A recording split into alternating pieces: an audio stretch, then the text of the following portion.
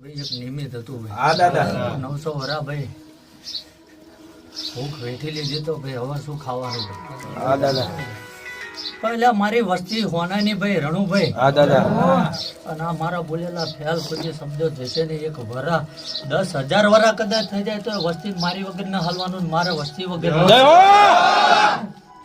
છૂટવું હોય તો કદાચ તાણે છૂટી જાય. જો રણુભાઈ હા દાદા છૂટીને જો પાછા ખેંચી ના લાવું તો એટલે મને વસ્તી મારે પાલવવાની ભાઈ રણુભાઈ. હા દાદા આયો તો આવશે ભાઈ, હા દાદા પણ સમય વેળાએ ભાઈ ચોઘડીએ હા દાદા ચા કોણ ચોઘડિયું કામ કરી જોઈએ મારે બતાવવાનું. હા દાદા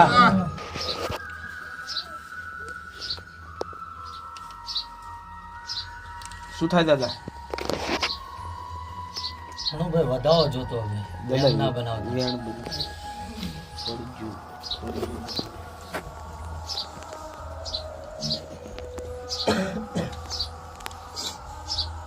વેણ છે દાદા. ઘણું ઘણું છે. શું કેવું છે? વેણ જ બને છે. રેજો દાદા સે વધાવો. બની ગયો હા હા છે સે વધાવો. વધાવામાં રણુભાઈ 11 ના બને 13 ના બને. મારું દેવ કે 7 કે 9 બનાવી દો. હાથ પાડ.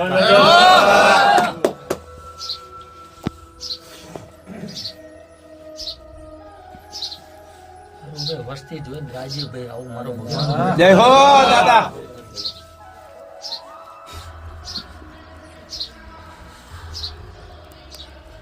અમે તો કદાચ હાથ હતા રણુભાઈ, હાથમાંથી તમે 60 થયા ભાઈ. હા દાદા આવાજ હોવા થયા. અને કદાચ જો બધા હિસાબ આંકડો કરીએ ને જેટલા ભાઈઓ હતા ને કદાચ ભેગા કરો તો રણુભાઈ કદાચ 300 ઘર ભેગા ના કરો 900 વર વળું ના તો વસ્તી વેરાઈ જાય ભાઈ. હા દાદા પણ બેહાર્યો તેથી કીધું ભાઈ અલગ મલક ના 94 આવશે ભાઈ. હા દાદા સાચું સાચું.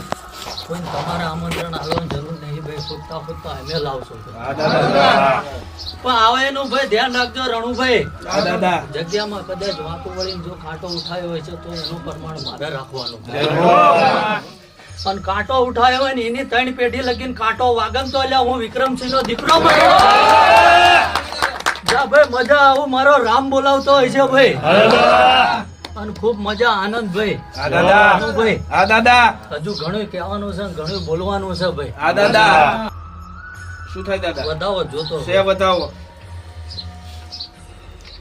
રણુભાઈ વધાવો 9 ના બનાવું ને 11 ના બનાવું 7 બનાવું તો પાક્કા પાક્કા કે મારી હારે થોડા જે છે ને ભાઈ કયા દેશની વિદ્યા ભણીને આયા છે મને ખબર નહીં.